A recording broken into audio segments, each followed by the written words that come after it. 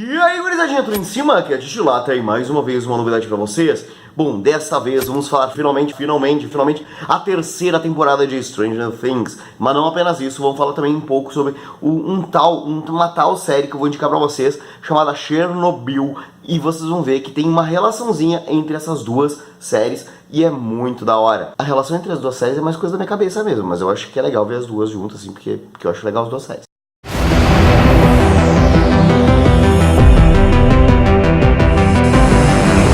Terceira temporada de Stranger Things chegou finalmente.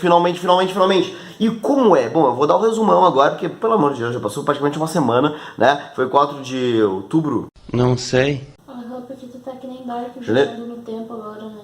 É, pode ser, talvez, quem sabe, né? Janeiro, fevereiro, março, abril, maio, junho, julho. 4 de julho! Você é o bichão mesmo, hein, doido? Foi 4 de julho começou a nova temporada. Bom, e essa nova temporada, ela é muito da hora, muito da hora. Bom, a segunda temporada a gente sabe, né? A gente aqui acompanha aqui Stranger Things, sabe que a segunda temporada do Demogorgon lá para deixou muito a desejar, não fez grandes aparições e apresentaram algumas coisas novas na segunda temporada, como por exemplo o Dalmatian Flyer, né, o Devorador de Mentes, um personagem clássico, característico, e ele não fez grande coisa, ele apareceu lá, pá, fez umas coisas junto com os Demogorgons, Demoncão, pá, apareceram lá Digivolução. Foi bacana? Foi, mas não foi grande coisa, nem perto da primeira temporada, que foi fantástica. A segunda temporada, ao meu ver, que nem eu gosto de falar com as pessoas quando eu comunico, é uma temporada de ponte. Uma temporada de ponte que a gente adiciona um monte de coisas nesse caldeirão para poder desenvolver mais adiante. E essa terceira temporada eles desenvolveram e de uma maneira, ó, riquíssima, muito bela. Essa condição na terceira temporada que foi desenvolvida no Stranger Things foi focada em um ponto principal, foi focada no Devorador de Mentes, porque vocês sabem, vocês estão ligados, né, que o Demogorgon, o Demoncão agora ficou para depois. Esse aí é o grande inimigo, com certeza, mas ficou para depois. O Devorador de Mentes, que é o canal, e o que aconteceu, né? Como aconteceu, como é que ficou e coisas assim do gênero. Esse foi o grande foco da terceira temporada, o grande vilão, o grande malvadão, dá para se dizer. Só que aí que tá, ele não apareceu 100%, né? A gente foi dar um pequeno spoiler, né? Ele sobrou um pouco, ele foi expulso do corpo. Ele pegou, saiu, beleza, livre e contente e vazou como se fosse vinda do Supernatural. A questão é, ele não é uma alma penada do Supernatural. E ficou uma coisa pendente, ele ficou solto no mundo. E a terceira temporada eles conseguiram ligar. Como é que eles fizeram isso? Eles fizeram isso inserindo um segundo vilão muito válido no período da década de 80, que é o que? Guerra Fria fantástica, né? A Rússia, a União Soviética, aquela coisa, a Mamarússia estava lá em los comunistas.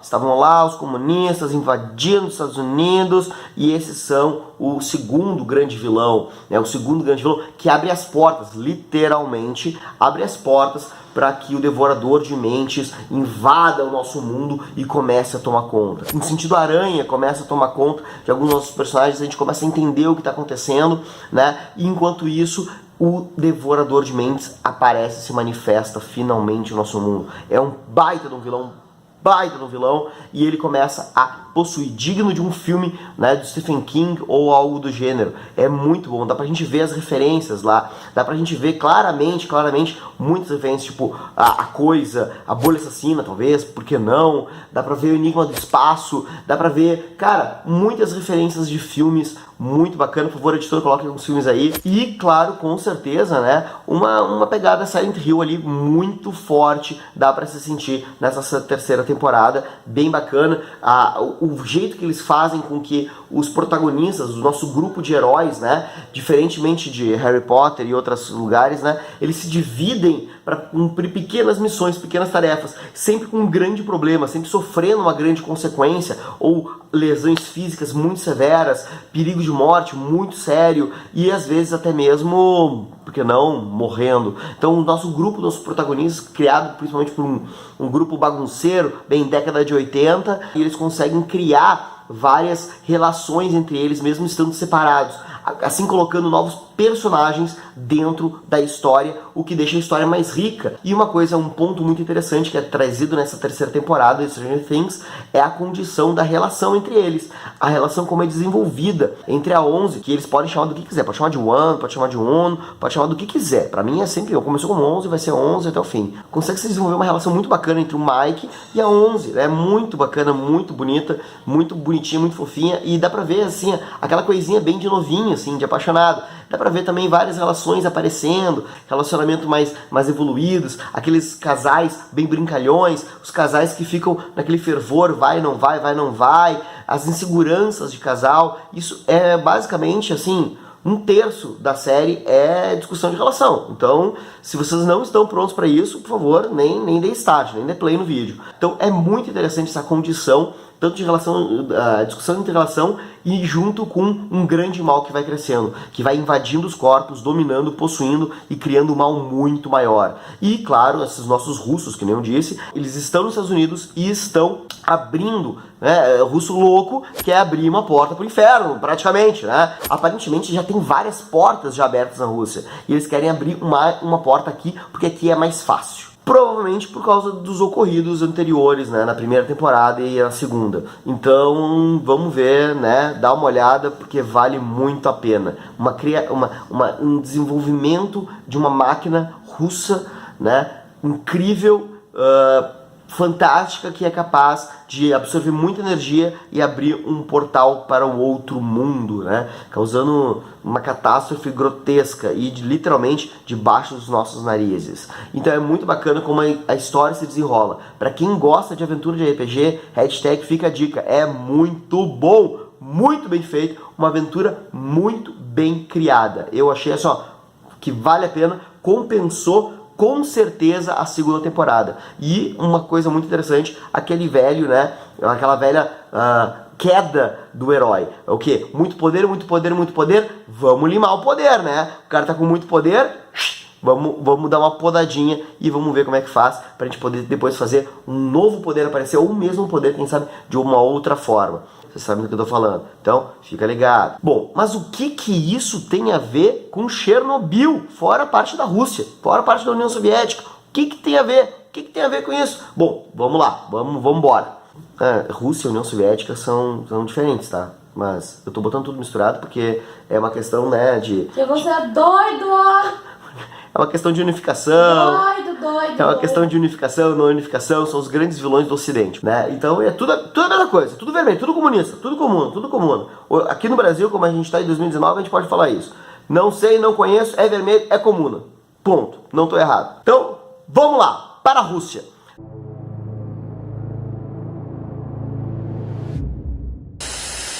Essa belíssima série, e eu digo belíssima porque ela é muito bem feita, muito bem construída, ela demonstra como que funciona o processo, como que tem através de relatos de pessoas, quase um programa de National Geographic. São 5 episódios, e esses 5 episódios eles constroem toda a história, toda a trama de como aconteceu a catástrofe de Chernobyl, a maior catástrofe nuclear da história da humanidade. É fantástico, a gente vê como o descuido humano, como a necessidade de apagar as evidências do seu erro que os governos fazem, como o descuido com a sensibilidade com as pessoas que são afetadas, como o descuido com o futuro, com um descuido, de modo geral, o deixa pra lá, dá nada, pro futuro a gente resolve, ou isso é só uma coisinha boba, com todo esse discurso, né, governamental, e ele pode fazer uma catástrofe muito séria.